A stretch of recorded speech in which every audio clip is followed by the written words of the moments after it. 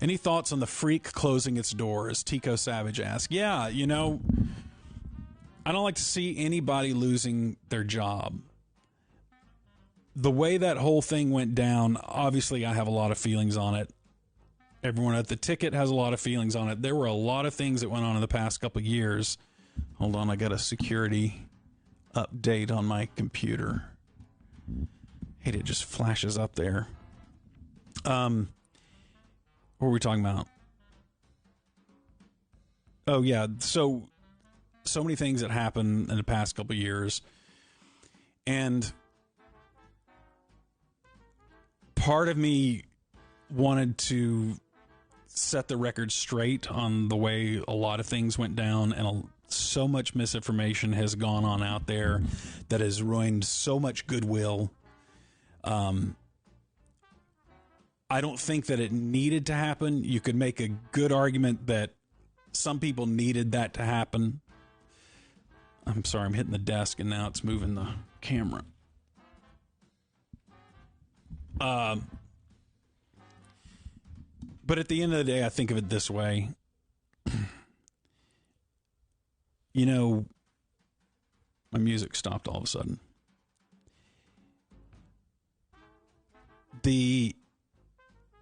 I don't like people losing their jobs. That's bottom line. We're obviously competitive. We obviously want to win the ratings battle. We obviously want to keep our family together. And I understand why those guys that left our station to go start the Freak, and you know, and it was being planned while I think they were still at the station. But you know, it was a golden opportunity, and I've thought about this. How could they? Talking about this is a no-win for me, because people want us to feel a certain way, and they are ready to find fault with, if anybody's feelings were hurt, they get pissed at you because they don't want people's feelings to be hurt, and they don't want relationships to be damaged. And so if a relationship is damaged, they want to blame the people who were hurt by it. And I've thought about, could it have been handled in any different way that would have minimized the personal hurt that happened? And I don't know how, because they couldn't have come to us and said, hey, listen, we're planning this thing, and this is going to happen, right? They can't tip their hand, so they're in a bad situation there. But I think that they also knew that there was they're putting a lot on the line. It was a big decision for them to make, and there were huge payoffs for it if it worked, and it was a chance of a lifetime. The people who started that station had a chance of a lifetime, and it's real hard for someone to turn that down and not go for it. You're going to start off in morning or afternoon drive. That is huge. People work so much of their career to even try to get to that point. You get that in a major market like Dallas, Fort Worth, which is, I don't even know, what is it, number 4 market now, number 3 market? It seemed like it just went up 1, but I can't remember whether it went from 5 to 4 or 4 to 3, or maybe it was 6 to 5. I don't know. But anyway, it's like a top 5 market. So this is a great market. You get a signal that is that signal, which radio geeks will know that, like, 97.1 is a huge signal. I mean, it is, you would kill for that signal. It's great. And you're offered a show on that in one of the drive times, and you get to do whatever you want. Like, there's not somebody who's You're not being micromanaged. You know, you're totally left up to your own creativity. You have a blank palette and you can sit down and paint. Okay. So it's an amazing opportunity. How are you going to not do it? I don't know. You can't not do it, right? It's a big gamble, but big gambles are the things that have huge payoffs. So, let's see. And I realize I've been scattered. Like I said, I'm in full ADHD bloom right now. So I'm having a hard time.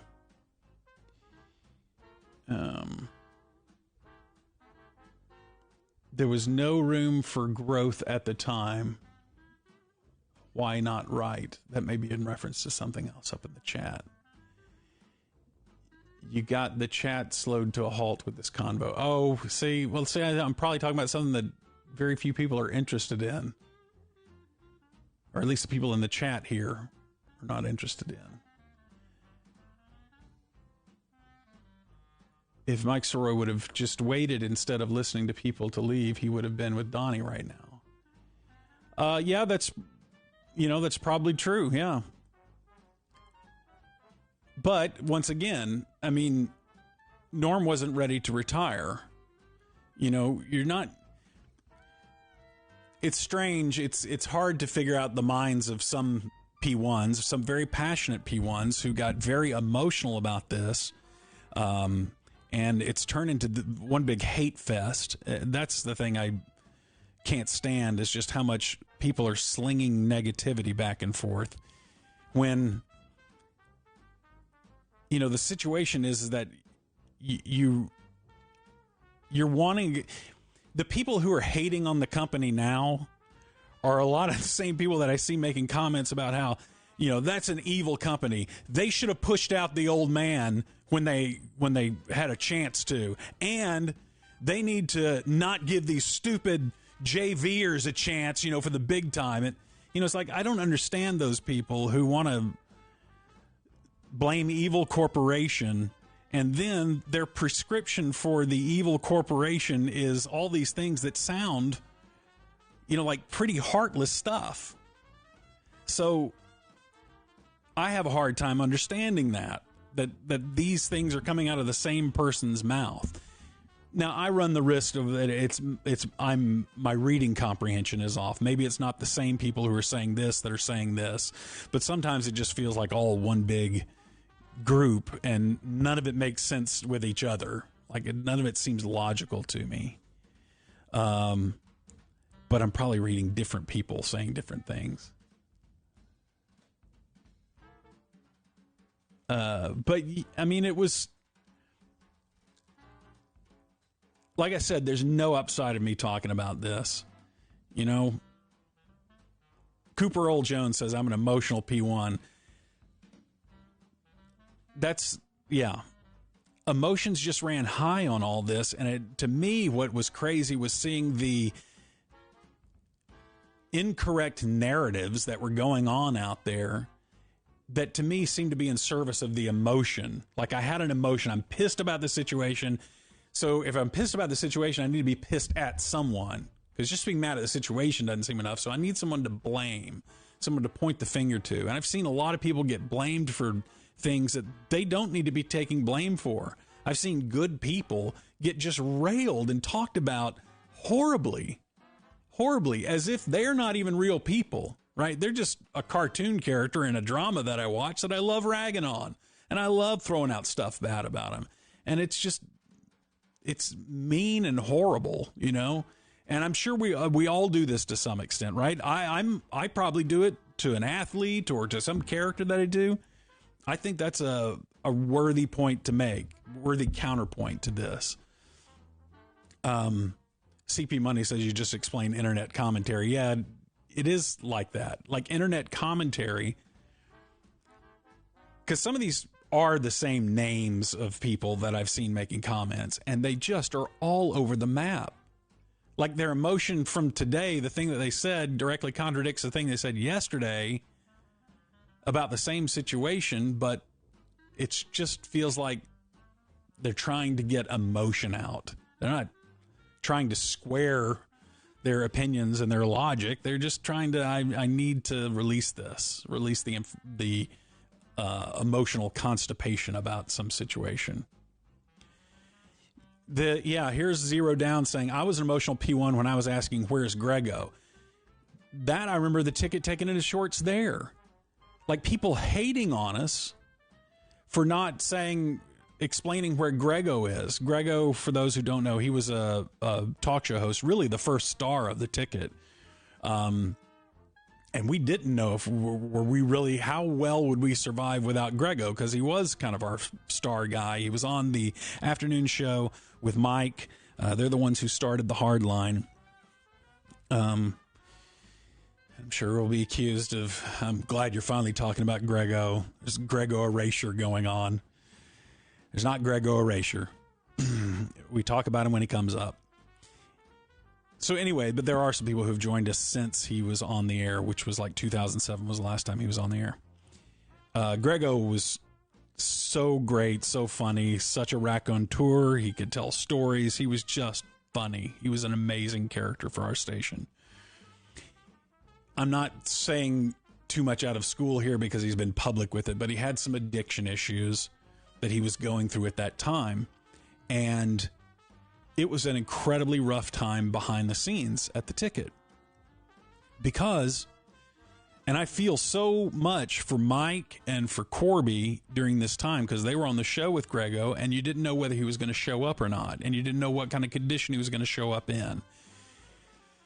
And he would get kind of zony at times. And so there was resentment, that's building up when you're dealing with someone who has an addiction issue. But yet, we would have people who would get mad that we weren't telling them things that we weren't allowed to even talk about on the air. You talk about, this was the only time that I remember being told, that we can't say stuff on the air because there were HIPAA laws that we had to, because at one time Grego went to rehab and was gone for a while for that. And so we couldn't talk about it on the air. So I guess you could get mad at the ticket for, I can't believe you guys weren't being honest and leveling with us on this. But we couldn't talk about it because there are actual laws against releasing people's medical information at the time they're going through it there. Now, since he's talked about it publicly and this has been reported on, it's a different matter.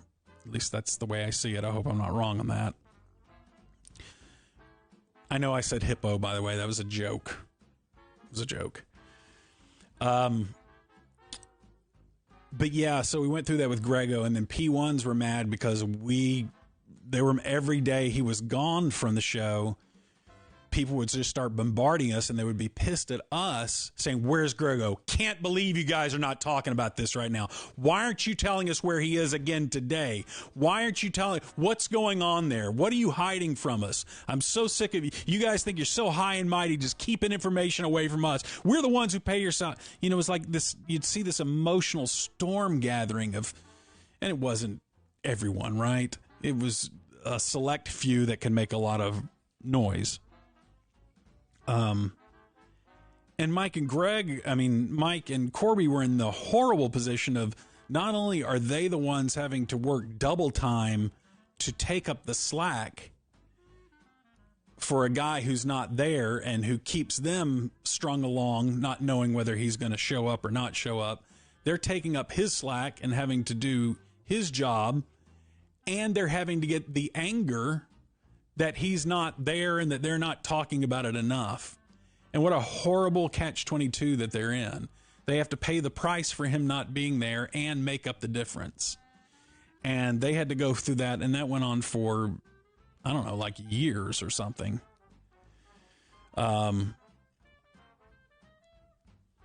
Anyway, I'm sure people are mad at me about something I've said here. I don't even know. What are we saying?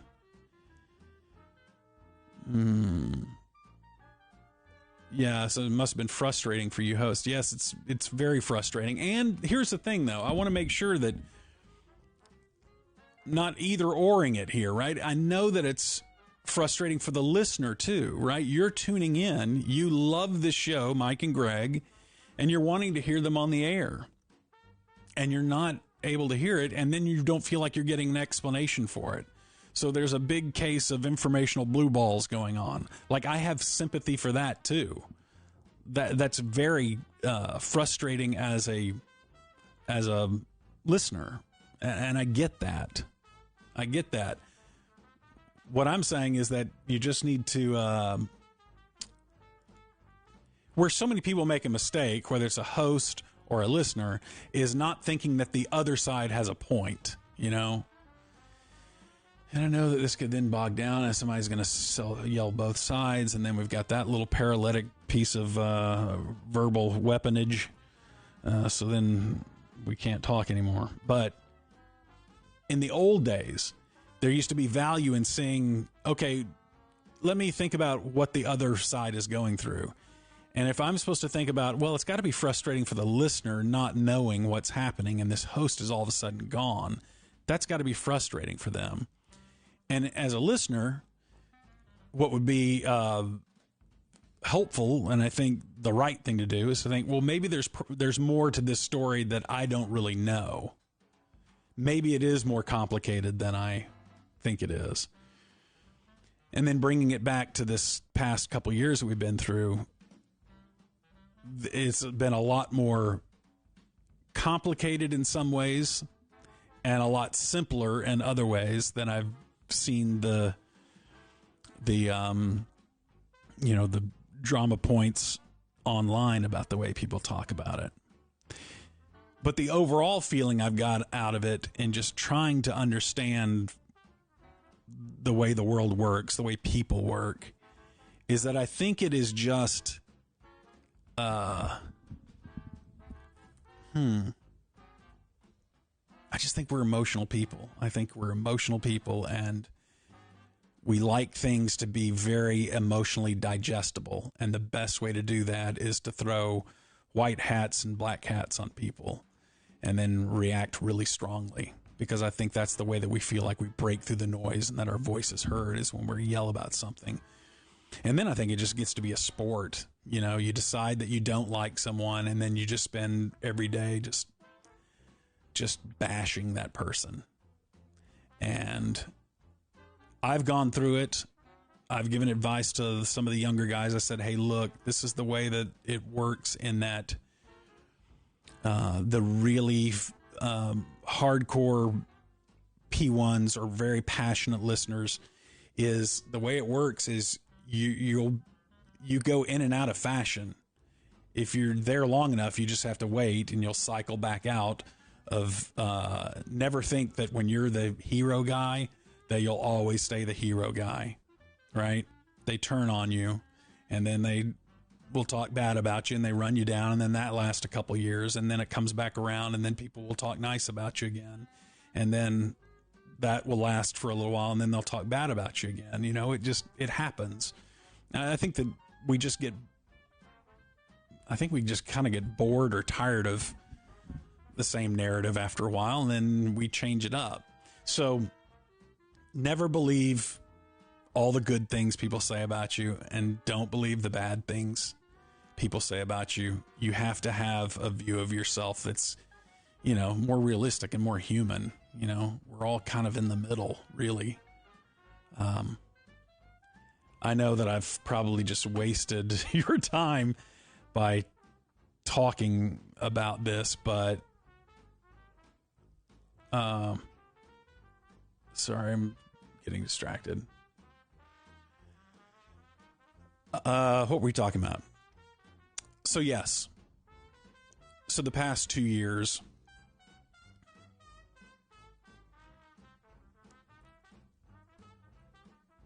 look, we want everyone to have a job, and we want everyone to get paid. Right? You want to get that paycheck at the end of 2 weeks. And people who get a chance from another station, like I said, we think of the ticket, right? And it feels weird having those guys go out and compete against us. But as I said, in trying to understand it from their point of view, they have an opportunity of a lifetime. A station that we can never be, right? We will never have that signal, and and obviously we've got a situation where we had morning and afternoon drive, hopefully, solid on the ticket, right? Hopefully we're not getting fired anytime soon. And they see that they can go to morning or afternoon drive. And from what we were hearing, and who knows if this is true or not, this is just what I think they were saying, is that, and there's a huge payday for you. So I'm thinking of that and going, okay, I can be upset that they're not in our tent anymore, or I can understand it from their point of view, which is, yeah, you're going to take that opportunity. Yeah, you're going to risk the relationships and the way you handle it, perhaps. Or maybe someone is just hurt that you don't stay at the station. Different people have different reactions for different things. I don't know. Big risk, but potentially huge reward. So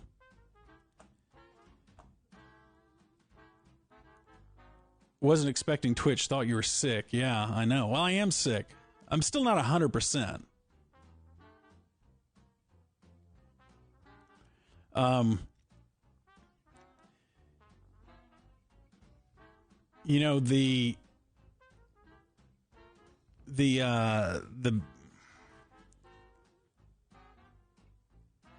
The day they fire you guys is the day I stop listening, says Gordo's baby. All right, I want to comment on this. Okay. This whole getting back at a radio station because they fire someone. And of course, in our case, none of these guys were fired, right? It's happened in the past. But let's say that they fire the musers for whatever reason. And I'm not sure why they would fire us. But if they fire us for good reason, that doesn't mean you shouldn't patronize Sean and Mino or Donnie or Corby or, whoever. I mean, those guys, they still depend on your patronage. So the idea that that's what I saw a lot in this situation that we went through. It was like a lot of these frontline guys who are the people that you listen to are getting all this. We're taking the residual fire, right? This is hurting us. And people being mad at a company. So I don't know. To me, it's like I just have to be careful what I say here because I don't want to hurt anybody's feelings. Because it seems like now we've gotten to a place where everybody's like, okay, we're out of the drama cycle of it. But maybe it's still going on, and still I haven't been keeping up with it lately. So maybe it's still going just as strong. I don't know.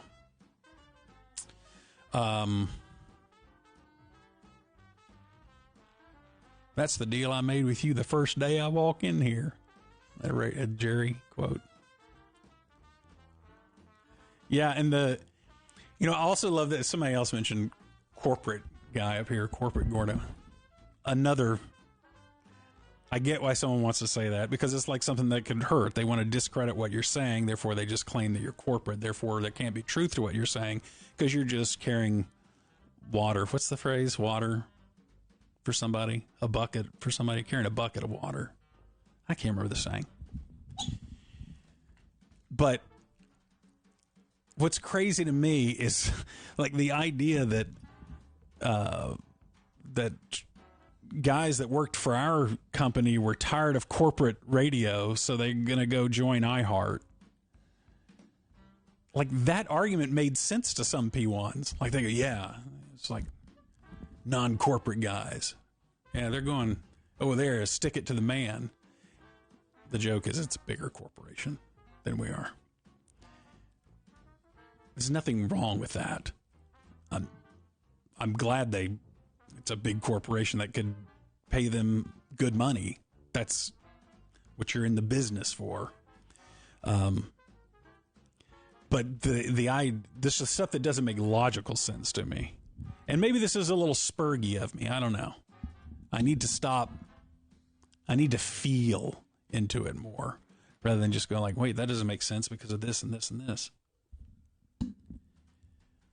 Whole Foods is corporate. What are we talking about?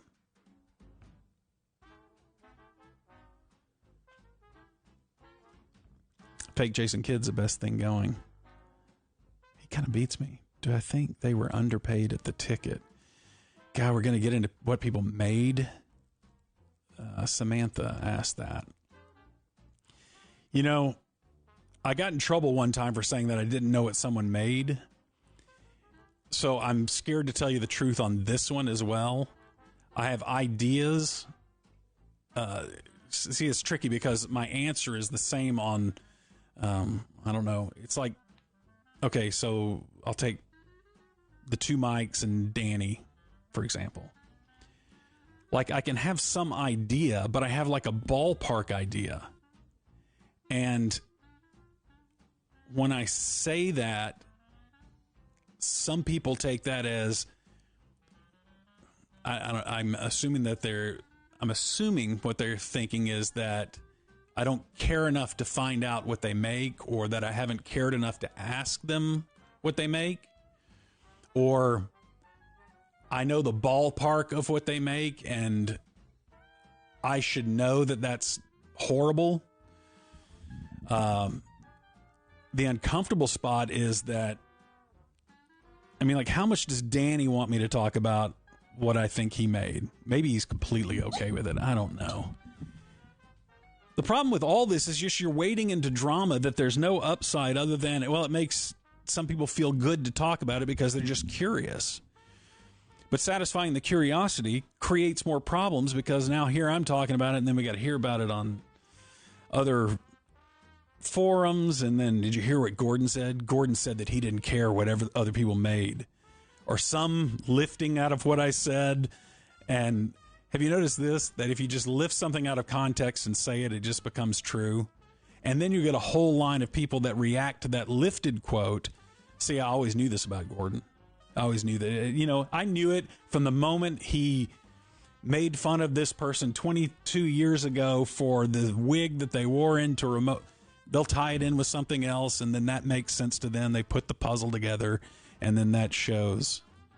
Meanwhile, what I said is I never asked him, and I never asked management what the afternoon producer made.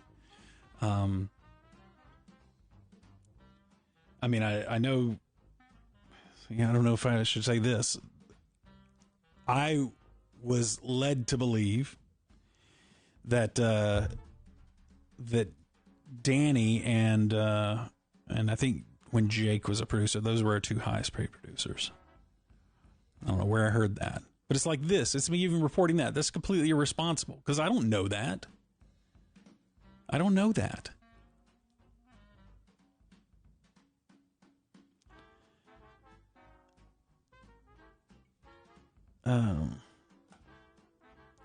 Yeah, Flipple says, yeah, no winning with talking salaries. We're just curious. There isn't winning, but there is this new idea that everyone should be transparent about salaries. You know, it seems like CEOs had this idea a while back, right? They wanted all the CEO salaries to be public because then they felt like public pressure would drive the prices down on CEO salaries, and they went up. So maybe it is better for all workers if we all start talking salary.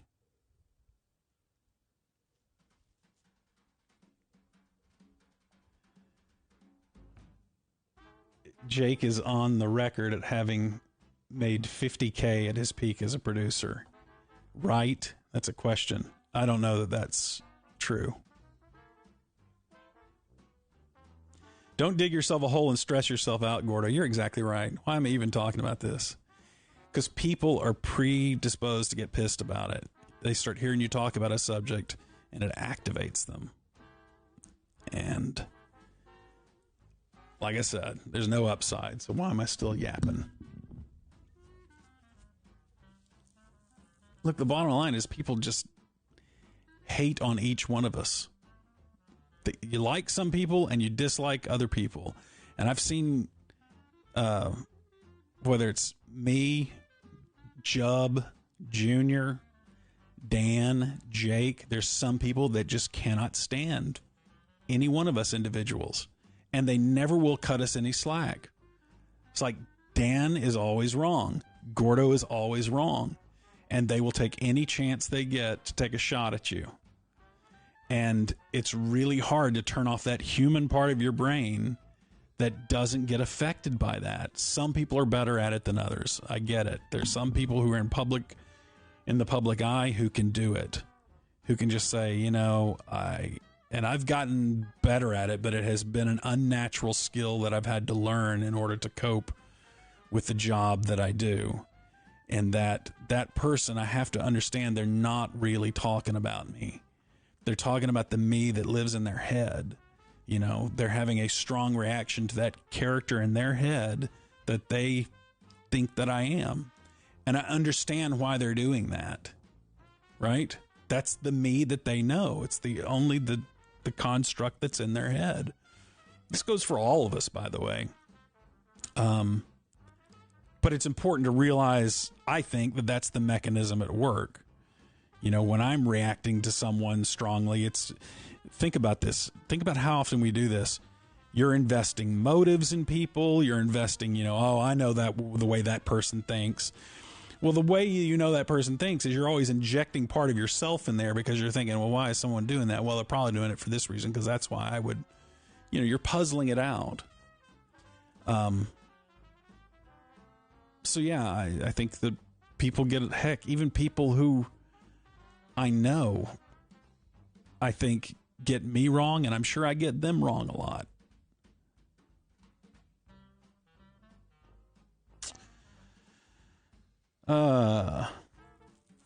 Patreon.com/sportsgreek.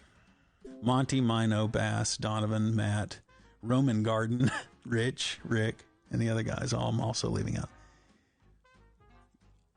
Yeah. So I think that's great. Because you like some guys does not mean you have to hate other guys. What's crazy is like even people that I would hear stir up stuff about us because I think it was advantageous. It feels like a lot of times they would say that same thing. Hey, it's okay. You can like everyone. And I agree with them on that. That's good.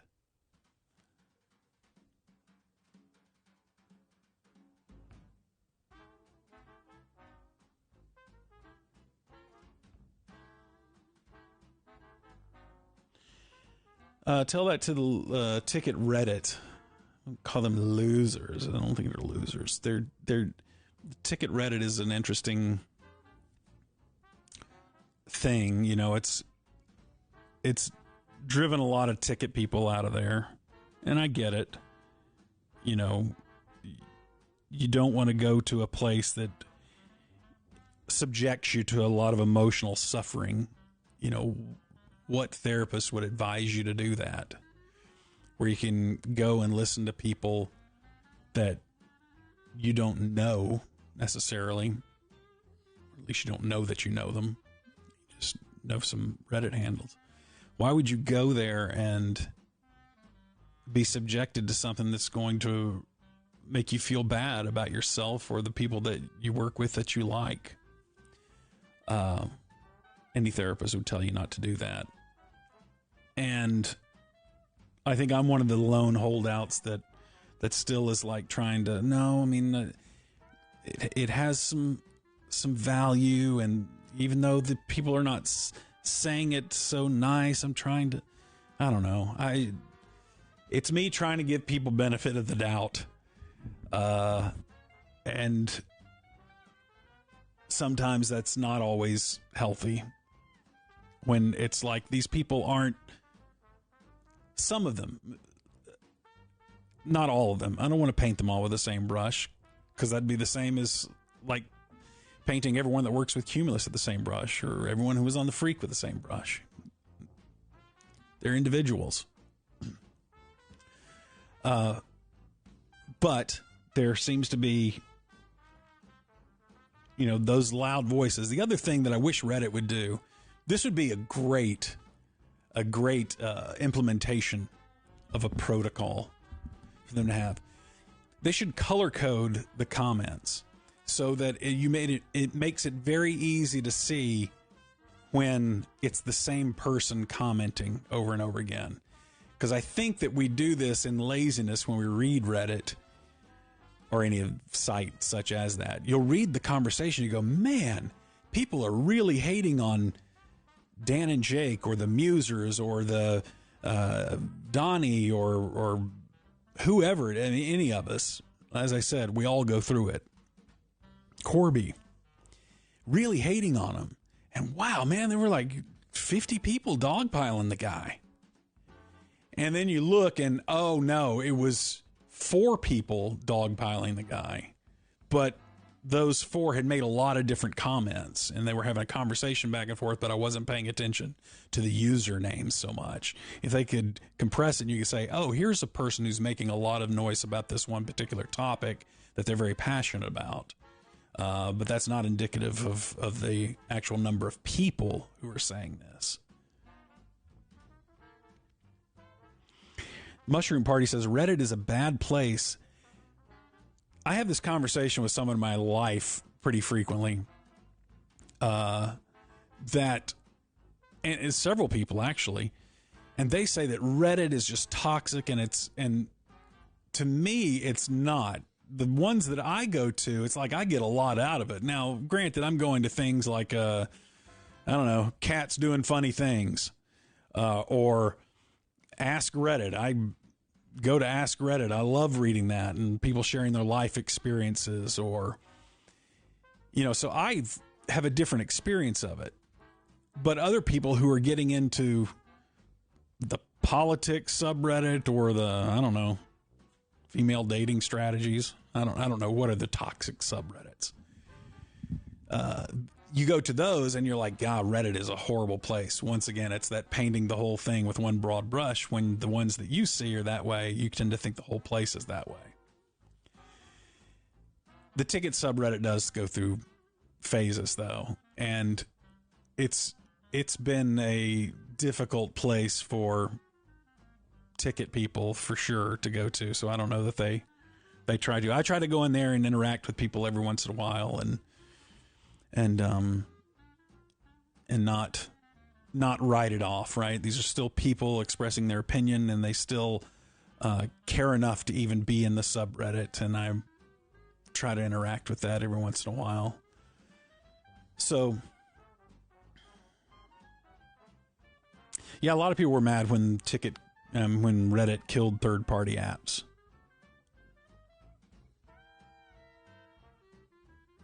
Yeah, Buy It for Life. That's another great subreddit. I like that one. Mozzarella says it's always negative. No reason to stick around. You talking about the ticket subreddit? Maybe. Reddit is toxic AF.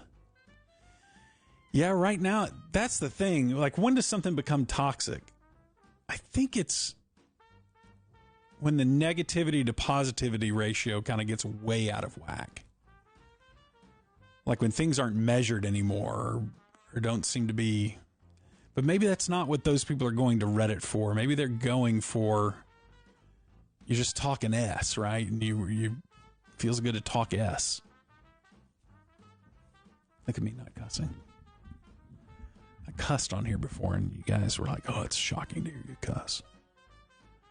I have shaved my legs before, yes.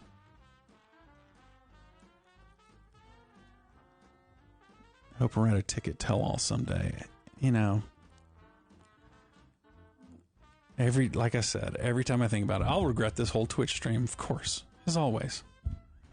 Always. Anytime you open up and you start talking about real stuff, it's like,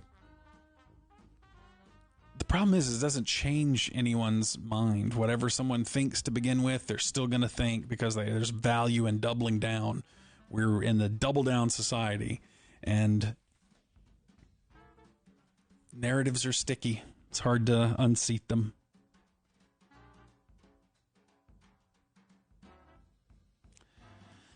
Trolling is a thing, Gordo. You can't take anything online seriously. I know. I remember a conversation I had with someone many years ago when it's kind of like when online forums and maybe even when around the ticket subreddit started. I don't even know. I shouldn't say that because I don't know that it was ticket subreddit at the time. But I remember talking to this person, and I was like, man, I don't understand it. I talk to people, and this has happened to me several times, from P1s, like good P1s. Maybe even some of you. So you can do a little self-honesty check, which we always try to do, right?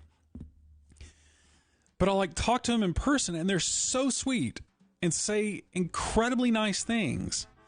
And then I'll see their username that I know is associated with them saying something that is really mean about us or the station or about, and I don't. This is part where I think that I'm emotionally not as developed as some people.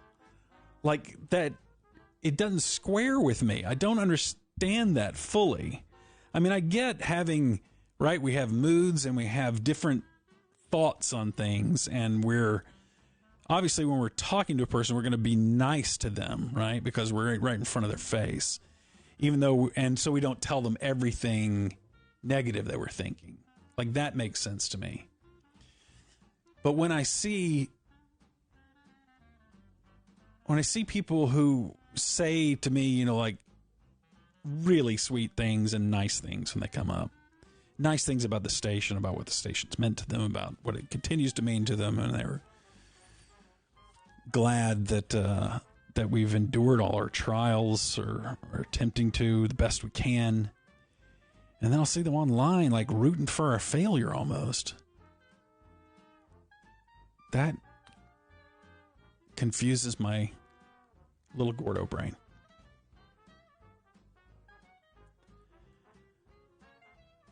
And then there's other people in my life that are like, dude, just quit trying to understand people.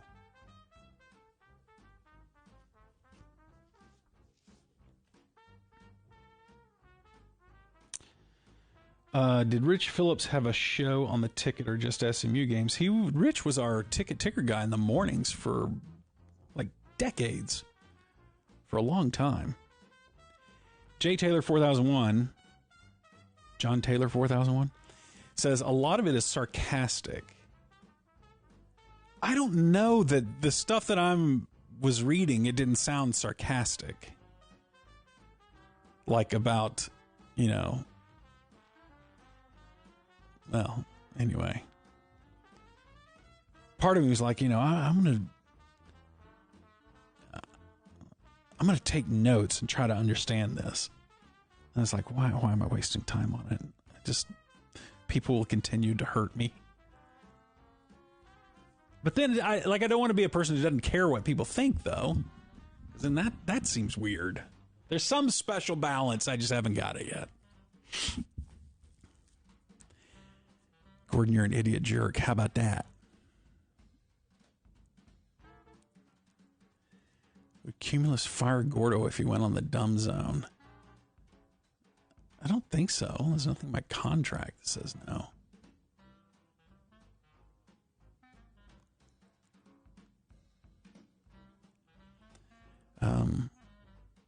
Anonymity, even perceived as and behind the screen, is a powerful force. Online personalities are our shared MPD.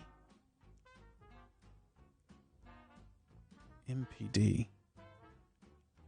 Multiple personality disorder. Okay. I think that's what MPD stands for. I don't know. Yeah. You know, and there's Hive think too. I see that happening in online spaces, you know. If a few people are hating on this one person, you know, you get that that's kind of the group think, and so you go with the group think and you make some comments too that, you know, you may not feel that strongly about it, but there's value into overstating things, so that you overstate them. So I think that may figure into it. I don't know. I don't know. I don't know what I'm talking about. I don't know what I'm talking about any of this, okay? Ignore me.